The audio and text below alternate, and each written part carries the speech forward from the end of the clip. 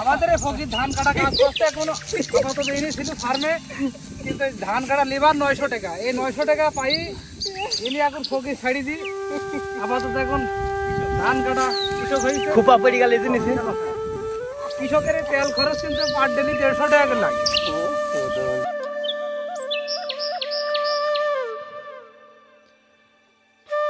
এই যে কাটছে ধান, আর আকাশে প্রচুর মেঘ জমে আছে। এখন আল্লাহ পাকের ইচ্ছা কি হয়, এই যে ধান কাটছি যদি ঘরে না আনি যাইতে পারি তাহলে পরে আল্লাহ ভালো জানে কপালে কি আছে, কি খাবো আর কি বাঁচবো। এদিক বাচ্চা কাচ্চা আছে, ছেলিপিলি, চারিদিক তো টেনশনে শেষ। এই মেঘ দেখি তো আর মাথায় কাজ করছে না।